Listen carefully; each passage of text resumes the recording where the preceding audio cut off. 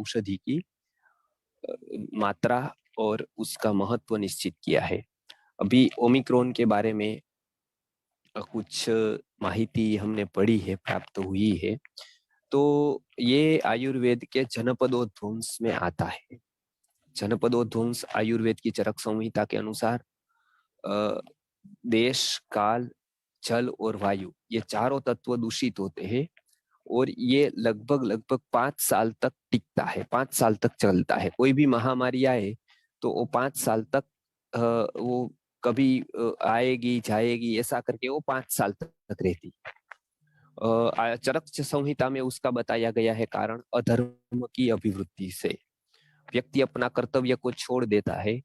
जब सद्वृत्त का पालन नहीं करते हैं, लोग अपने मन से जीने लगते हैं और कुदरत की उपेक्षा या जो इस तत्व के द्वारा निर्मित सिद्धांत है, प्रभु के द्वारा जो निर्मित सिद्धांत है, उसकी उपेक्षा करने लगते हैं। तो इस हेतु कोई ना कोई अधर्म के द्वारा बीमारियां आती है। अब वो कोई लाता है, आती है, वो दूसरी ही बात है बिल्कुल। लेकिन एक ऐसा है कि कभी कभी कितने भी प्रकार की बीमारियां आ सकती है, आती है।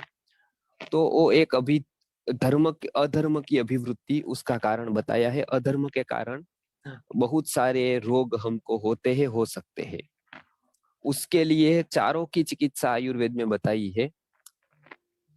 जब भी ऐसा कुछ हो तो जो देश में ऐसा फैल, अभी तो जो कि पूरे वर्ल्ड में है, लेकिन कोई जगह ऐसा होता है कि कोई देश विशेष में ही ऐसी महामारी होती है, तो उसको छोड़ने का बताया है, वो छोड़ देना है उपदेश। बहुत बार ऐसा होता है कि कोई एक विशेष प्रदेश में ही एक कोई रोग ज्यादा होता है तो वो छोड़ देना है। अभी तो सारे प्रदेशों में है तो वो तो कोई है नहीं, लेकिन ओमिक्रॉन करके जो नया वेरिएंट है, वो आयुर्वेद के दृष्टि से हम देखे उसको, हमने कोरोना के ऊपर भी बताया था, तभी भी उसको हमने वात श्लेष्मिक ज्वर बताया था। उसके बाद बहुत लोगों ने इसके बाद वीडियो बनाए।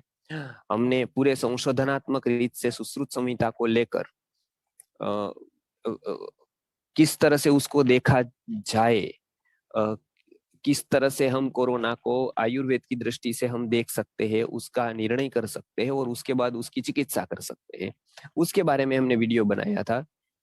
अभी ओमिक्रॉन का भी, अभी का जब भी वसंत ऋतु आएगी तो कफ का प्रकोप होगा। उसके कारण हमने पहले ही बताया था, उस समय हमको बीमारियां आ सकती है, ऐसा कोई भी आ सकता है वेरिएंट। हमने पहले प्रवचनों में भी बताया है कि ठंड की ऋतु में जहां जहां पर भी हुआ, तो वो 2 ऋतु में से एक ऋतु में ही हुआ है, वो आप देख लीजिएगा। तो उसमें से एक वसंत ऋतु है, क्योंकि उस समय कफ का प्रकोप होता है। कफ का प्रकोप होने के कारण बहुत सारी बीमारियां उस समय होती है, कफ के कारण, कफ के विकृति के कारण बुखार भी आते हैं, श्लेष्मा, लेकिन उससे घबराना नहीं। उसकी पूरी की पूरी चिकित्सा की तैयारी कर देनी है और उसके बाद हमको धीरे धीरे उसके लक्षण के अनुसार चिकित्सा करनी है।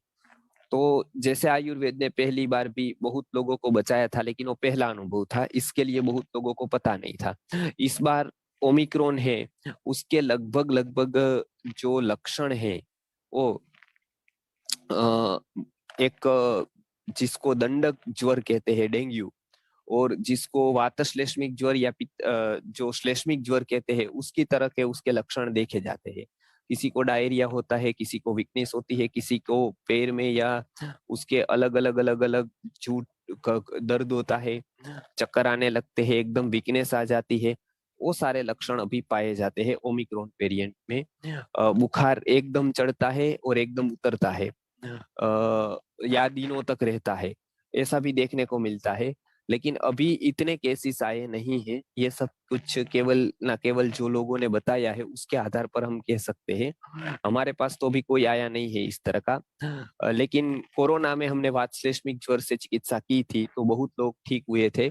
आयुर्वेद में नाम क्या है वो जरूरी नहीं है, केवल दोष को देखना जरूरी है। इसमें भी कफ दोष प्रधान रहेगा, तो इसके लिए पिछली बार भी हमने बताया था तुलसी गिलोय बूंद का, इस बार भी हम कह रहे हैं तुलसी गिलोय बूंद का। तो तुलसी गिलोय बूंद लगभग सेवन करेंगे तो इम्यूनिटी बराबर रहेगी। और उसको खास करके बच्चों को बचाना है, बच्चों को खास करके ये ऋतुओं में कफ प्रधान उम्र है उनकी, और कफ प्रधान व्याधियां उसको ज्यादा होती है। ये भी कफ प्रधान व्याधि है, कफ प्रधान काल में आती है। कफ प्रधान काल वसंत काल आएगा, उस समय ये व्याधि बढ़ सकती है। तो घबराने की जरूरत नहीं है, लेकिन उसके लिए पूरी की पूरी औषध योजना और अपथ्य से बचना ये मुख्य काम करना है। कैसे अपथ्य से बचेंगे वो भी हम बताएंगे।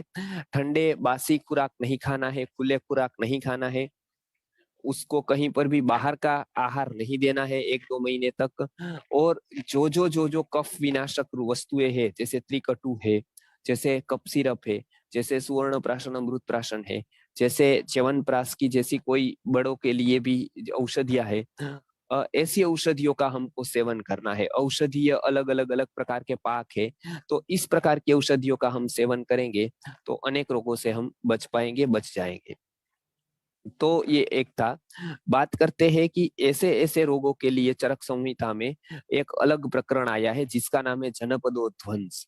जनपदोध्वंस में बताया गया है कि कभी भी ऐसा कोई भी अननोन रोग आ जाए तो उसमें ये कहना है कि उसमें देश काल जल और वायु ये चारों चार तत्व दूषित हो जाते हैं। तो इसको शुद्ध करने के लिए, पानी को शुद्ध करने के लिए पानी में कुछ औषधि डालकर पीनी है। जो हम जल शुद्धि बूंद बनाते हैं उसमें बहुत सारी औषधियां हैं। तो एक तो जल शुद्ध करना बहुत ही आवश्यक है। उसके लिए एक प्रक्रिया आयुर्वेद में ये बताई गई है कि उसको उबाल कर ठंडा किया हुआ जल को ही पीना है, या थोड़ा गर्म पानी है तो वो पीना है। आपको पता होगा जो भी भारत में भी जो गवर्नमेंट के द्वारा निर्देश दिए गए थे कोरोना के समय पर, तो पानी को गर्म करके पीने के लिए बताया गया था। गरम गरम पानी पीने के लिए बताया गया था। डॉक्टर भी बहुत यही बात बताते थे। आयुर्वेद में ये सिद्धांत बहुत सालों पहले ये बताया है, जब ठीक ठीक पद्धति भी दुनिया के पास नहीं थी पानी गर्म करने की। उस समय ये सिद्धांत बताए गए कि पानी को गर्म करके पीना है, उबाल कर ठंडा किया हुआ। आगे जाकर 1/4 मतलब जो 25% जलाना, 50% जलाना और 75% जलाना, ऐसे तीनों दोषों के लिए एक एक एक एक एक, एक पानी बताया गया है। उसकी कभी चर्चा हम करने वाले हैं।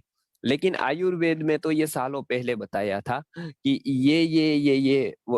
रोग पानी की विकृति की वजह से होगा। तो ये एक पानी की विकृति की वजह से एक होता है। तो पानी को शुद्ध करके, छान करके, उबाल करके पीना शुरू करें। दूसरा है हवा।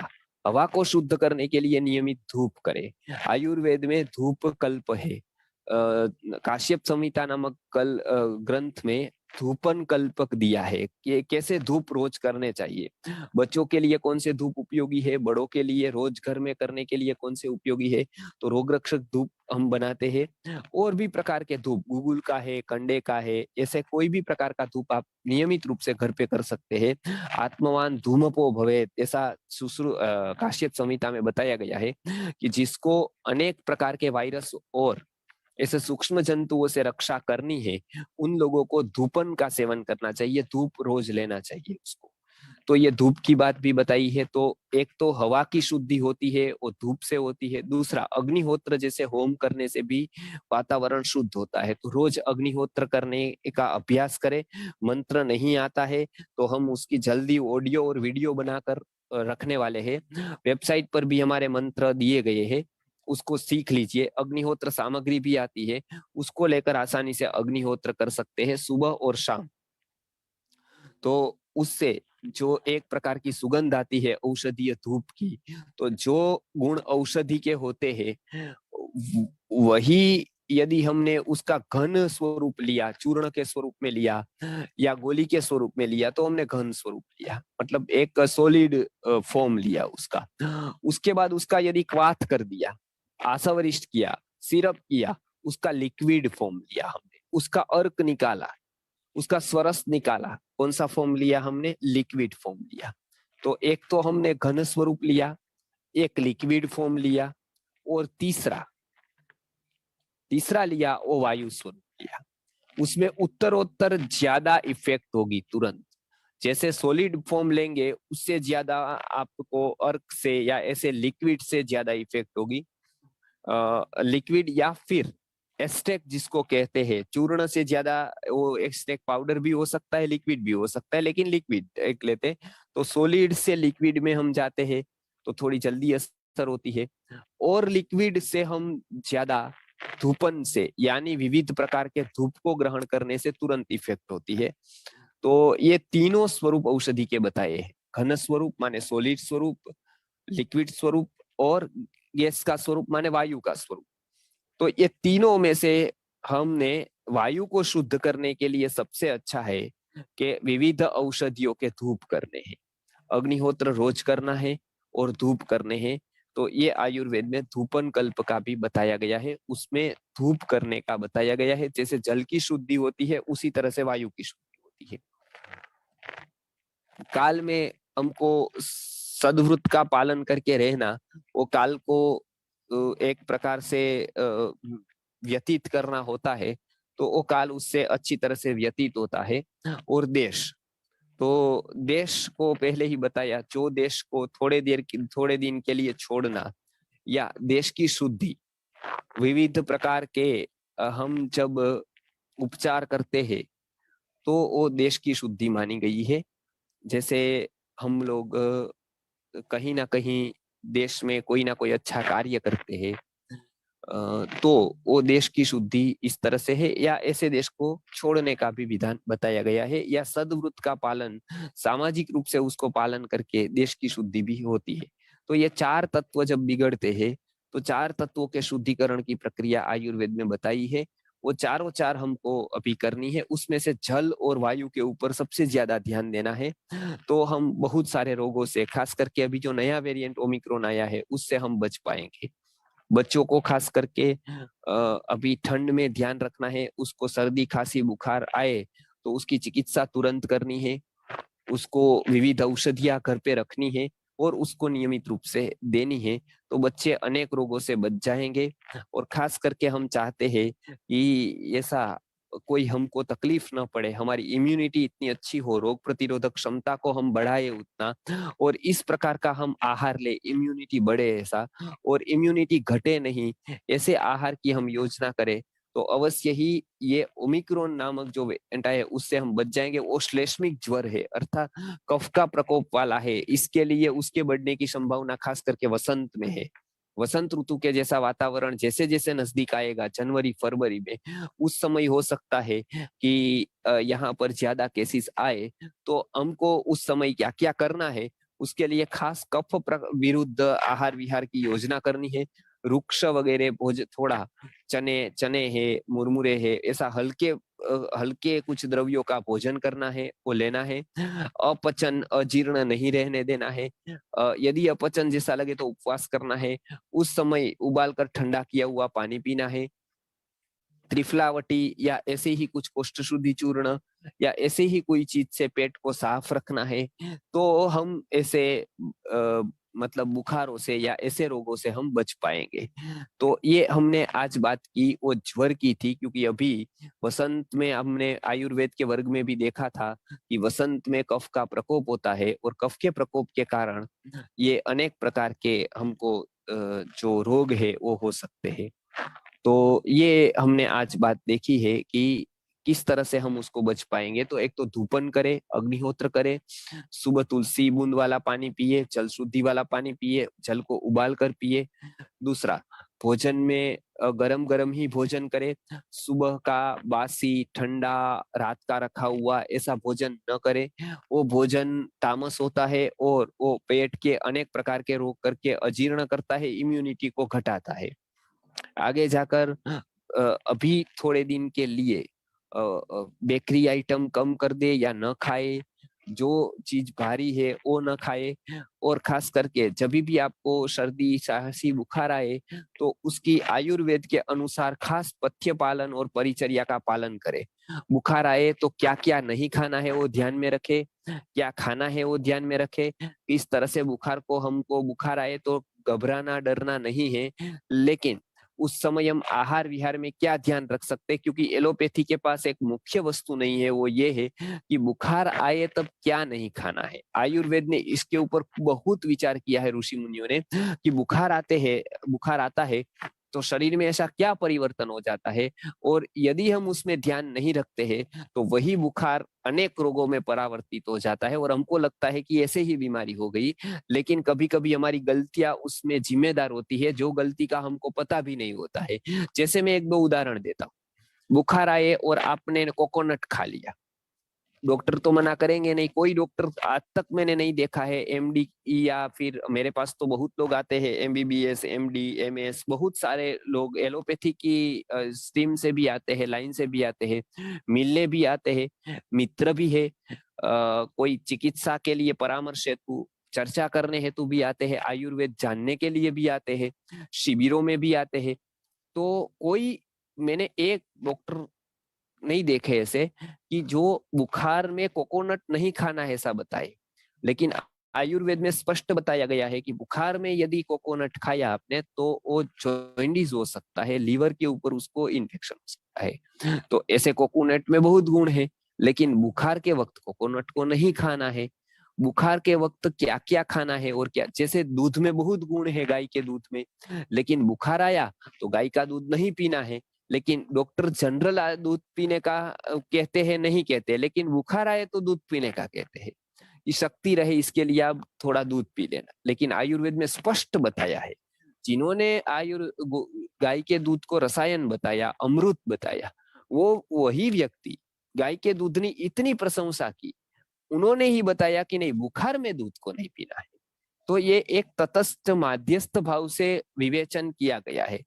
वो कोई भी चीज अच्छी है तो हर हाल में अच्छी है ऐसा नहीं हो सकता है, कभी अच्छी भी हो सकती है, कभी हमको छोड़नी भी पड़ती है, हमारे लिए कम से कम वो समय के लिए तो अच्छा नहीं है। इसके लिए उसको खास ध्यान रखना है कि आयुर्वेद को आयुर्वेद की पद्धति से ही जानना है।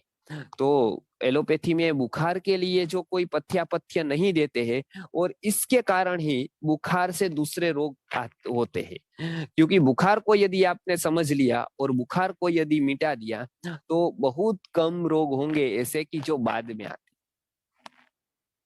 तो इसके लिए हमको ध्यान रखना है, बुखार में कभी भी दूध नहीं देना है, मैदे की आइटम नहीं देनी है, भारी वस्तु नहीं देनी है, औषधि भी उसको धीरे धीरे देनी है। तो एकदम बुखार को उतार देंगे तो भी बहुत तकलीफें होगी आगे जाकर। इसके लिए बुखार की स्टेप बाय स्टेप उसको क्रमशः चिकित्सा करनी है। तो बुखार आ जाए तो घबराना नहीं है, क्या हो जाएगा, वो हो जाएगा, वो हो जाएगा, ऐसे पचासों प्रकार की दवाई नहीं लेनी है। उसको धीरे धीरे हमको जो बुखार की चिकित्सा बताई गई है उस प्रकार की बुखार में स्नान नहीं करना है खास करके। तो अब डॉक्टर वो नहीं बताते हैं कि बुखार में स्नान नहीं करना है, बुखार में मसाज नहीं करना है, बुखार में तापना नहीं है, बुखार में घूमना नहीं है। तो ये सारी चीजें बुखार में ध्यान रखनी है कि बुखार कम से कम आए, तो इसके लिए हम इतना इतना ध्यान रखेंगे। खाने के लिए भी बहुत बताया है उसमें। तो ये अभी वसंत ऋतु में बुखार आएगा, वसंत ऋतु जैसे जैसे आएगी बहुत लोगों को बुखार आएगा, तो वो ध्यान रखे, पहले ही उपवास करे, उपवास के दौरान ठंडा पानी भूलकर भी नहीं पीना है। अभी जो आयुर्वेद कभी कभी ठंडे पानी का भी गुण बताता है, ठंडे पानी से बहुत सारी चिकित्सा करता है, वो आयुर्वेद ने बताया है कि बुखार में ठंडा पानी नहीं पीना है, नहीं तो मंद जठराग्नि हो जाएगी, पानी भारी हो जाएगा और उसके कारण आपको बुखार से मलेरिया आने की संभावना रहेगी, उसके कारण और प्रकार के बुखार आएंगे। तो वो खास ध्यान रखना है। जब भी बुखार आए तो उबाल कर ठंडा किया हुआ पानी, वो भी कम से कम थोड़े से थोड़ा उसको पीना है। तो ये एक आयुर्वेद की दृष्टि से बुखार को यदि देखा जाए तो हम बुखार की आसानी से चिकित्सा कर सकते हैं। बहुत सारे चिकित्सक मित्र है, वो भी अच्छी तरह से यह आयुर्वेद की जो लाइन ऑफ ट्रीटमेंट है उसको जानकर अच्छी तरह से वो चिकित्सा कर सकते हैं। इसके लिए आयुर्वेद का एक सूत्र बताया है कि ज्वरादौ लंघनम प्रोक्तम, ज्वर के आदि में ही लंघन करे तो अग्नि प्रदीप्त हो जाएगी और धीरे धीरे पसीना निकलना शुरू हो जाएगा और उसके बाद पक्वमल होकर बाहर निकलेगा और उसके बाद बुखार उतर जाएगा। इसके लिए ज्वरादौ उल्लंघनम प्रोक्तम मध्य ज्वरे तु पाचनम ज्वरांते भेषजम दद्यात्, अर्थात ज्वर के अंत में भेषज अर्थात औषध देने हैं, और मुक्त ज्वरे विरेचनम, बुखार चला गया उसके बाद अवश्य ही विरेचन ले लेना है, त्रिफला से, कोष्ठ शुद्धि से, कोई भी प्रकार के चूर्ण से, नहीं तो वापस बुखार आ सकता है। इसके लिए वो एक कोई नहीं बताता है कि जब भी बुखार पूरा हो जाए, एक बार कोई भी चूर्ण का, एक बार किसी भी औषधि को लेकर हमको विरेचन अवश्य कर लेना है, ताकि जो जो बचा है टॉक्सिन्स वो मल मार्ग के द्वारा निकल जाए। इसके लिए ज्वरे विरेचनम, ज्वर मुक्त हो जाने के बाद विरेचन देना है। ज्वर के समय पर किसी भी प्रकार का विरेचन नहीं लेना है। जब बुखार हो तब हमको किसी भी प्रकार के चूर्ण से पेट को साफ नहीं करना है। तो ये सारी चीजें थी ओमिक्रॉन और ये जो कोरोना के पर, लेकिन हम केवल उसको ध्यान में रखेंगे आयुर्वेद का वातश्लेष्मिक या श्लेष्मिक ज्वर। एक आयुर्वेद का ज्वर समझ लिया तो उसके सारे लक्षण को हम, किसी भी प्रकार का लक्षण आए तो हम उसकी चिकित्सा को करेंगे, चिकित्सा समझ सकते हैं। और आयुर्वेद में मंत्रों से भी बहुत सारी बातें बताई है, धूप से बताई है, यज्ञ से बताई है, आहार से बताई है, विहार से बताई है। ऐसे अनेक उपाय करके हम एक तो अपने स्वास्थ्य को अच्छी तरह से रख सकते हैं, परिवार को बचा सकते हैं, और यदि किसी को बुखार आ जाए तो आयुर्वेद की ये ट्रीटमेंट से उसको ठीक भी कर सकते हैं। तो अभी किसी के प्रश्न है तो पूछ सकते हैं। जी बहुत बहुत धन्यवाद आचार्य जी। जी ये जी अभी ये संस्कृत आर्य गुरुकुलम का कौन सा दवा घर में रखे, ताकि ये हम्म जो बच्चों के लिए कौन सा दवा रखना है और हम्म, बड़ों के लिए इफनी मेगा कोल्ड जी इम्यूनर्क ये जी सब जी, और सब। ये मैं बता देता हूँ अभी। ओके। उसमें खास करके जो संस्कृत आर्य गुरुकुलम का इम्यून अर्क है वो वातश्लेष्मिक और श्लेष्मिक दोनों बुखार में चलेगा। मतलब अभी जो नया वेरिएंट आएगा उसके लिए इम्यून अर्क, तुलसी गिलोय बूंद, मेगा कोल्ड कैप्सूल, मंत्र औषधि कफ सिरप, और बस इतनी दवाई कम से कम रखे। फिर लक्षण के अनुसार और दवाई आप रख सकते हैं। लेकिन बालकों के लिए बाल रक्षा कफ सिरप और बाल रक्षा ज्वरहर, एक ज्वरहर आता है जो बुखार में बहुत ही काम का है, वो रख सकते हैं। ज्वरहर का सिरप आता है, वो सिरप रख सकते हैं। तो इतनी दवाई घर पर रखेंगे काफी है। और खास करके आहार विहार में बस ध्यान रखेंगे तो बहुत ही लाभ होगा। औषधों में इतना, बाकी जो ठंड की ऋतु में जो सेवनीय पदार्थ होते हैं, खास करके च्यवनप्राश का सेवन करना है अभी, ताकि शक्ति उसमें रह सके। तो प्रतिदिन च्यवनप्राश का या इम्यून प्राशन का सेवन प्रतिदिन कर सकते हैं आप। जी आचार्य जी, हम्म। महासुदर्शन घनवटी, गिलोय घनवटी और पंचभद्र सिर्फ, ये तीन जो हैं वो बहुत अ, इंपॉर्टेंट चीज है वो। जी वो पिछली बार भी था, इस बार भी है। गिलोय घनवटी खास करके अभी ज्यादा उपयोगी होगी। तो अभी के बुखार में आप गिलोय का सेवन, क्योंकि वो पित्त भी शमन करेगा, कफ में भी अच्छा रहेगा। गिलोय घनवटी उत्तम दवाई रहेगी इस समय की। और गिलोय घनवटी, महासुदर्शन तो ठीक है बाद में लेंगे, तो बाकी गिलोय घनवटी, इफनी, मेगा कोल्ड इतना लेंगे तो वो चलेगा काम। बाकी क्या कह रहे हैं आप? बच्चों के लिए पंचभद्र सिर्फ। पंचभद्र सिरप बच्चों के लिए बहुत ही उत्तम है। तो बच्चों को डायरिया हो गया, सर्दी खांसी बुखार आ गया, तो 6 महीने के ऊपर के बच्चों के लिए ये सारे सिरप दे सकते हैं। 6 महीने पहले बाल रक्षा अमृत, सुवर्ण प्राशन, अमृत प्राशन दे सकते हैं। तो 3 महीने बच्चे के लिए तो ये तीनों दवाई बहुत काफी है। 4-5 महीने के बालक के लिए आप कोई भी प्रकार का सिरप दे सकते हैं। लेकिन 6 महीने के बाद तो आपको सिरप से ही चालू करना है, सिरप ही देना है।